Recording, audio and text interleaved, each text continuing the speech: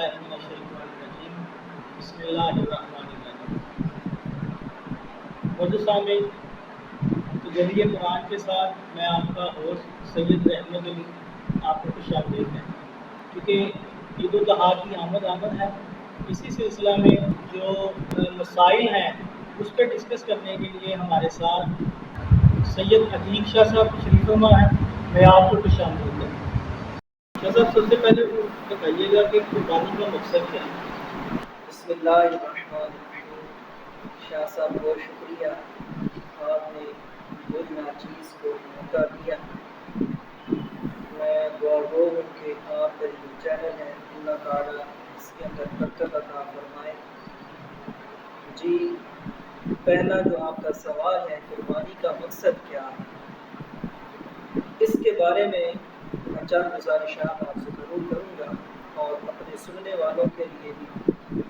ہم نے جانور کو ذبح کر دی، لیکن ہم نے اس کا مقصد نہیں سمجھا۔ اصل جو قربانی تھی وہ باپ اور بیٹے کی گفتگو تھی، ٹھیک ہے جی، اور دمبا جو آیا تھا وہ بطور فدیہ تھا۔ ہمیں وہ فدیہ تو یاد رہا لیکن وہ گفتگو یاد نہیں۔ اصل ہم مقصد سے ہٹ چکے ہیں۔ ہم نے جانور ذبح کر دیا، ہم نے سمجھ لیا جی بس ہم نے قربانی کر لی، ختم ہو گیا۔ نہیں، اصل مقصد یہ ہے قربانی صرف جانور کو کاٹ دینے کا نام نہیں ہے، اس کا گوشت کھا لینا، تقسیم کر لینا، اس چیز کا نام قربانی نہیں ہے۔ اس کا مقصد یہ ہرگز نہیں ہے۔ اس کا مقصد یہ ہے کہ اپنی ذات کی قربانی دی جائے، اپنی انا کو قربان کیا جائے، اللہ اور اس کے رسول کی خاطر جو احکام انہوں نے بیان کیے، اللہ کا حکم جو ہے اس کے لیے اپنے آپ کی ذات کی قربانی دینے کا نام۔ لیکن ہم نے آج اس مقصد کو بالکل پیچھے چھوڑ دیا ہے۔ تو یاد رکھیے گا، اگر ہم مقصد کو بھول کر یہ کام کریں گے تو اس کا فائدہ نہیں ہے۔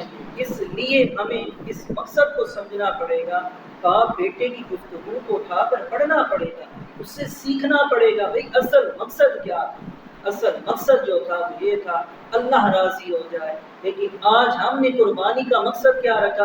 دنیا دار راضی ہو جائے۔ دنیا دار یہ کہیں کہ کتنا اچھا جانور لے کر آئے۔ ہماری سوچ، ہمارا مقصد کہاں ہے؟ ہمارا مقصد یہ ہونا چاہیے کہ آئیے ہم اس قربانی کے ذریعے اپنے رب کو راضی کریں۔ جب یہ کریں گے انشاءاللہ الرحمن قربانی کا مقصد بھی حاصل ہو جائے گا۔ شاہ صاحب، قربانی کس پر ہے؟ جی، بہت پیارا سوال ہے یہ آپ کا، اور عموماً لوگ اس کے اندر غلط فہمی کا بھی شکار ہوتے ہیں۔ اب یہ سوچا جائے اور اس کو جو ہے نا سمجھا جائے کہ صاحب نصاب کو، صاحب نصاب کی جو مقدار ہے وہ یہ ہے کہ 7.5 تولہ سونا یا 52.5 تولہ چاندی، جی، ان کے مقدار کے برابر آپ کے پاس اگر سونا یا چاندی ہے یا ان کے مطابق رقم موجود ہے، ٹھیک ہے، اور اگر اس کے علاوہ حاجت اصلیہ جو ہوتی ہیں جیسے گھر ہے، گاڑی ہے، ضرورت کے برتن ہیں، یہ چیزیں ضرورت ہے ہماری جو ہے وہ جو ضرورت ہے، ان کو نکال کر ایسی چیزیں موجود ہیں جو نصاب کی مقدار کو پہنچ جائیں تو اس پہ قربانی واجب ہے۔ اور دوسری بات یہ بھی یاد رکھیں کہ قربانی کے لیے سال کا پورا ہونا نصاب کے اوپر یہ شرط ہے۔ قربانی کے ایام کے اندر ہی اگر آپ کے پاس اتنا نصاب ہو چکا، آپ صاحب نصاب ہو چکے ہیں تو آپ کو قربانی واجب ہے۔ یہ اس چیز کو ضرور سمجھیے گا۔ کچھ لوگوں کے دماغ میں یہ ہوتا ہے یہ بھی تو سال بھی نہیں گزرا، ٹھیک ہے، وہ زکوٰۃ کا اور ہے اور قربانی کا اور مسئلہ ہے۔ قربانی کے اندر بالکل قربانی کے اندر آپ کے ایام یعنی جو 3 دن ہیں قربانی کے، انہی کے اندر آپ صاحب نصاب ہو گے تو آپ نے قربانی کریں۔ اچھا شاہ صاحب، اگر قربانی واجب ہو اور رقم نہ ہو موجود تو اس کے لیے کیا ہوگا؟ جی، یہ مسئلہ بھی یاد رکھیں کہ اب کچھ لوگ یہ کہتے ہیں ہم صاحب نصاب ہیں لیکن ہمارے پاس پیسے نہیں ہیں، نقد پیسے نہیں ہیں، ہم کہاں سے قربانی کریں؟ تو یہ بھی یاد رکھیں کہ جب شریعت مطہرہ کے اندر ہے یہ مسئلہ یاد رکھیے گا، جو بندہ صاحب نصاب ہو چکا ہے اس پہ اب قربانی واجب ہے. اب اس کو واجب ادا کرنے کے لیے اگرچہ قرض بھی لینا پڑے گا تو قرض لے کر کے اپنی قربانی کو ادا کرے گا. جی لازم ہے. اگر نہیں کرے گا تو گناہ گار ہے. اور اگر بیٹے باپ کے کام میں معاون ہیں تو ان پر بھی کیا قربانی الگ سے واجب ہے؟ جی اب یہ دیکھا جائے گا کہ کیا بیٹے ذاتی طور پر صاحب نصاب ہیں، کتنی ملکیت کے اندر ان کے پاس جو ہے وہ مال وغیرہ ہے. اگر نہیں ہے تو جو باپ کی کمائی ہے وہ ان کی ملکیت ہے. یاد رکھیں قربانی کے لیے یا صاحب نصاب وہ شخص ہوتا ہے جس کی ملک کے اندر مال ہے. اب یہاں پہ دیکھا جائے گا ملک کس کے ہے؟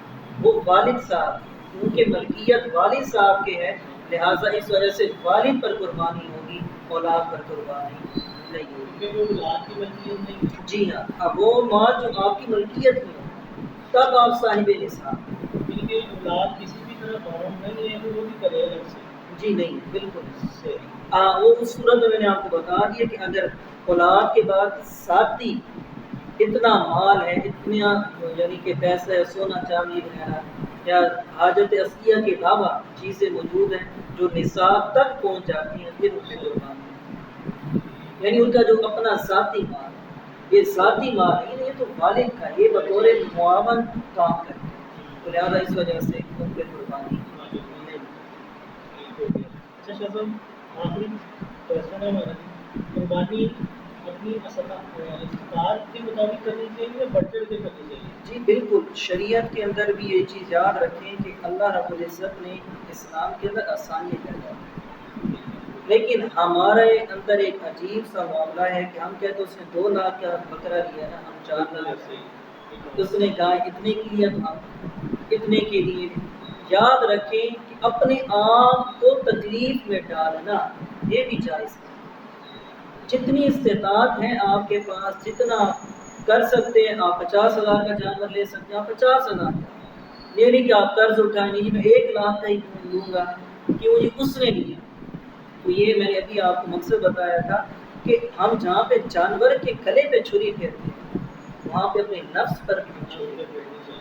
یہ نفس ہے، یہ تکبر ہے، یہ انا ہے. جب تک ہم اس پہ چھری نہیں نہ پھیریں گے ہم کامیاب نہیں ہو سکتے. اس لیے لہٰذا جتنی استطاعت ہے جتنے کا آپ جانور لے سکتے ہیں. شریعت کے اندر یہ کہیں پہ نہیں ہے کہ 2 لاکھ کی ہو یا 3 لاکھ کی ہو یا بکرا 50,000 کا. شریعت مطہرہ کے اندر نہیں ہے.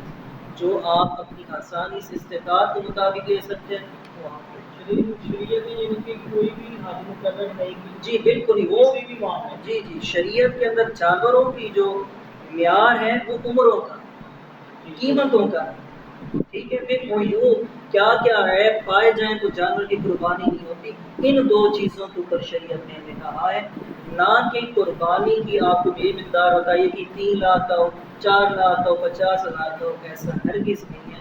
وہ جانور آپ اپنی استطاعت کے مطابق. بہت شکریہ صاحب. انشاءاللہ اپنے نیکسٹ پروگرام کے لیے دوبارہ پھر حاضر ہوں گے. تب تک کے لیے اللہ حافظ.